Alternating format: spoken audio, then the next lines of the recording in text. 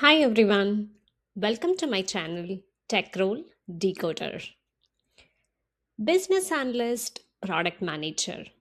Two titles that show up in the same job descriptions, sit in the same meetings, and sometimes get paid wildly differently.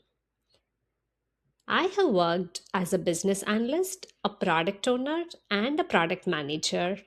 And today I'm going to give you the data backed breakdown that most YouTube videos get completely wrong.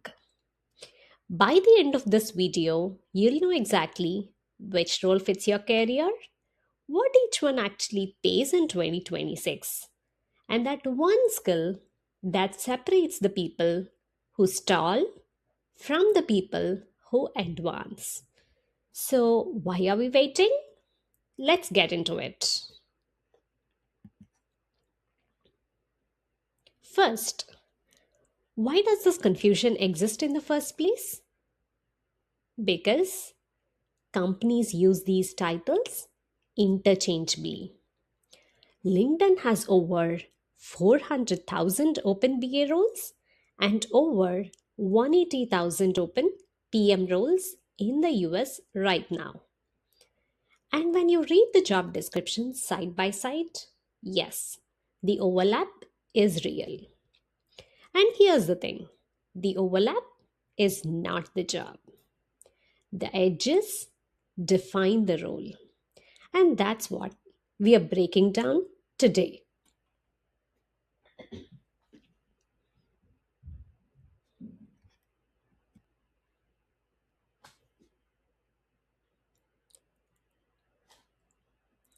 Three roles. Let me give you the definitions that actually hold up in practice, not the textbook ones. Business analyst translates the business problems into documented requirements, primary outputs, BRDs, user stories, process flows. They serve the project. And yes, I already knew this. And what's the answer? They try to know what needs to be built. Product manager, on the other hand, they own the product vision and the roadmap. Primary outputs, PRDs, OKRs, go to market strategy, they serve the customer. I already know this, but here's the catch. The answer, why are we building this? Product owner. And yes, I'll touch base on this too because I've sat in this seat too. The Agile Bridge.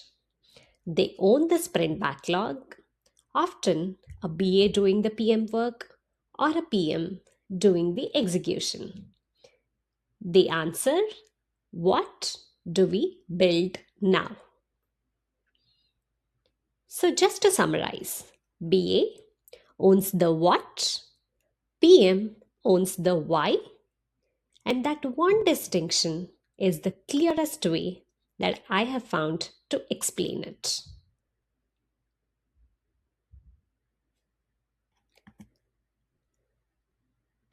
So, five real differences that really matter. Let's get into deeper. Five concrete differences that actually matter when you're choosing the career path. 1. Who are you reporting to?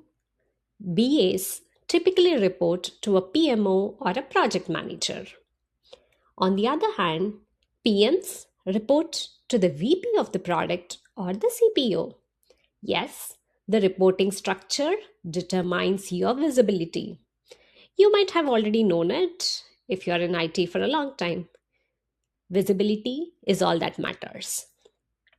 PMs are regularly in front of the C suite. BAs often aren't.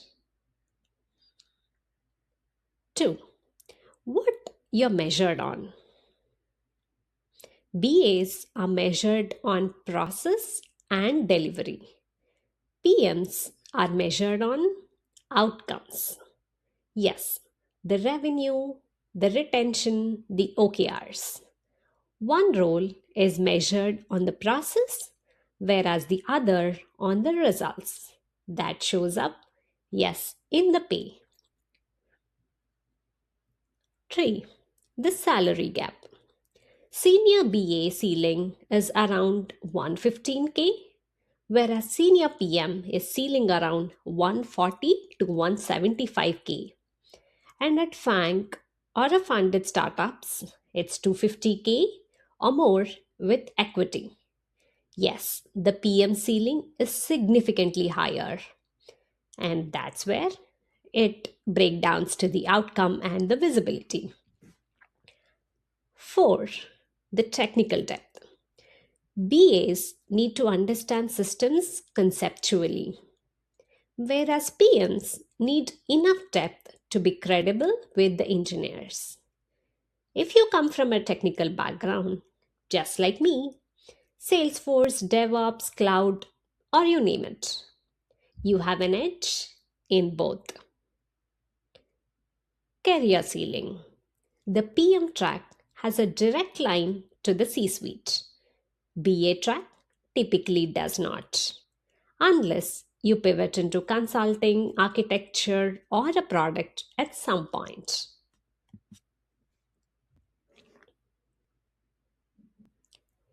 The salary reality check, something we are all excited about.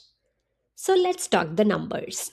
These come in from Glassdoor, LinkedIn salary data for 2026.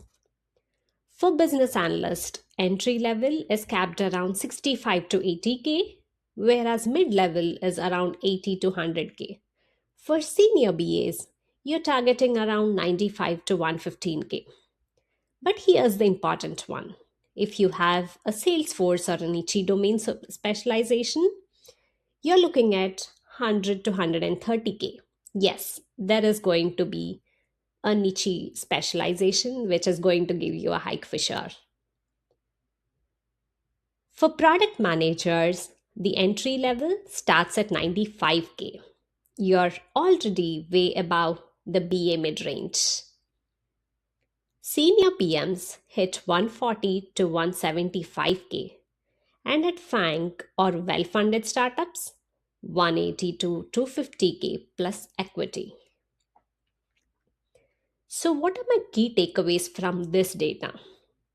The PM floor is already higher than the BA ceiling at most of the companies, but the BA market is more stable.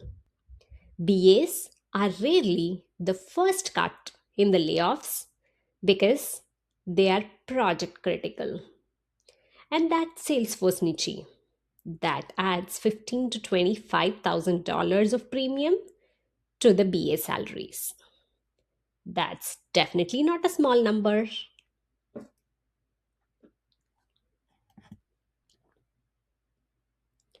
Here's how I will help you decide which role is right for you. And I want it to be direct, not vague. Choose BA if you love process, documentation, and precision. If you want stability over a high ceiling. If you're in a specialized domain like Salesforce, healthcare, or finance, or if you want to sharpen your expertise before making that bigger leap. Choose PM if you want full ownership of the roadmap, the strategy, the outcome, if you're comfortable making the decisions with incomplete data. If you're thinking of director or VP long term, or if you can sell your ideas as confidently as you can document them. My honest take from having done both: BA sharpens your thinking, PM expands your influence. If you're early career, do BA first. If you're mid career with domain expertise, push straight to PM and let your track record carry you.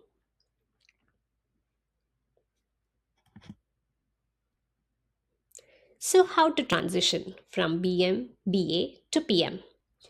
If you are a BA wanting to move to a PM, here's the actual path, not the generic advice.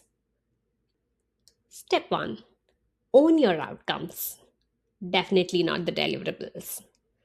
Stop saying, I have documented the requirements, which is typically a BA term, but start saying, I identified a process gap that reduced the release cycle by 2 weeks. Yes, that's the PM language, which is the outcome that you're talking about. Step 2, get close to your customer.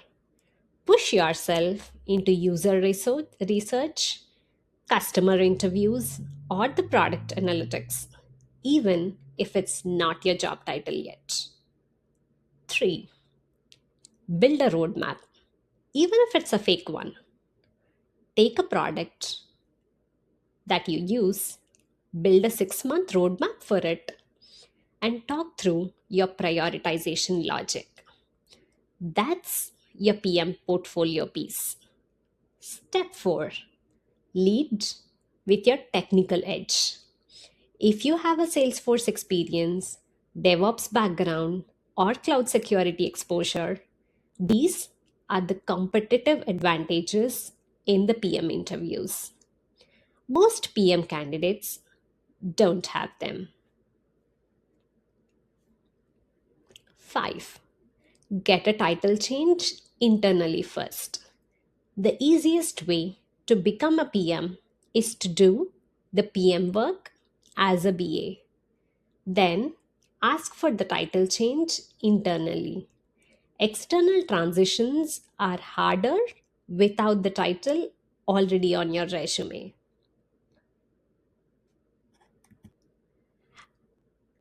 Okay, here's my honest take. So, to wrap this up with a clear answer, BA and PM are not the same role. BA owns the requirements and the processes, whereas PM owns the vision and the outcomes. Yes, the salary gap is real, but still is the stability gap. And your domain expertise that changes the math significantly. The best PMs I have worked with started as a strong BAs. So you're definitely not behind, but you're on the right track if you're becoming a strong BA because they know how to think through a problem before trying to lead one. If you know your domain deeply, have technical exposure, and are ready to own your outcomes, you're way closer to the PM ready than you think.